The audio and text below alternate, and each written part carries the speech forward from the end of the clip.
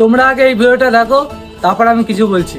ঘটনা হচ্ছে এই যে আজকে যারা নওশাদ সিদ্দিকীর পিছনে ঘুরছে, ধরে নেন এখন 1 লক্ষ মানুষ হবে, কালকে যে নওশাদ সিদ্দিকী তৃণমূলে যোগ দেবে না তার কি গ্যারান্টি আছে?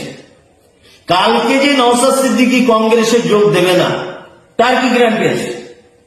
নওশাদ সিদ্দিকী কালকে যে বিজেপিতে জয়েন করবে না তার কি সিকিউরিটি আছে?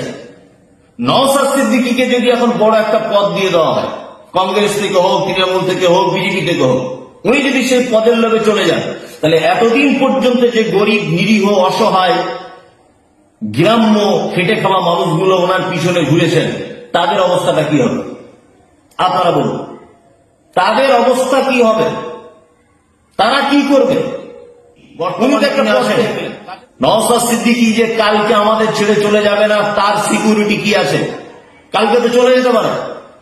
কালকে যদি উনি তৃণমূল সরকারের সঙ্গে যোগ দেয়, তাহলে এই যারা তৃণমূলের বিরুদ্ধে, মমতা ব্যানার্জির বিরুদ্ধে যে আন্দোলন করছে,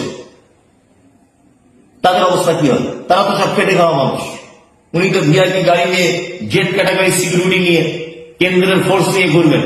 আর খেটে খাওয়া মানুষ গ্রামে যারা নওশাদ সিদ্দিকী করে পাগল হয়ে যাচ্ছিলেন, উনি যদি তৃণমূলে যোগ করে, এই গরিব মানুষগুলোর কি হবে? নওশাদ সিদ্দিকী ভাইজান যখন 42 দিন জেল খেটেছিল, তখন কি তাকে কোনো অফার করা হয়নি? খোঁজ নিয়ে দেখো, তাকে কত বড় বড় অফার করা হয়েছিল। তাকে গাড়ি, বাড়ি, বড় বড় পথ সবকিছু দেবে বলেছিল, কিন্তু এই গরিব অসহায় মানুষ আমাদের জন্য তিনি কিন্তু নেয়নি।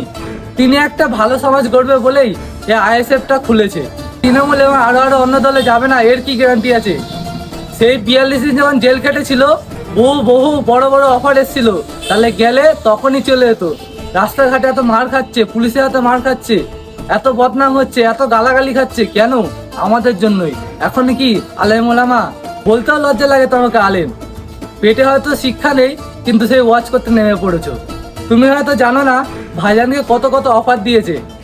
আমি একটা জিনিস বুঝতে পারছি না, তোমাকে ক কোটি টাকা দিল যে ভাইজানের নামে এরকম উল্টো পাল্টা বলছো? সত্যিকারে বলো তো, ক কোটি ব্যাংকে ঢুকেছে? আচ্ছা, ব্যাংকে দিয়েছে না ক্যাশ দিয়েছে? এটাও একটা সন্দেহের ব্যাপার, তাই না?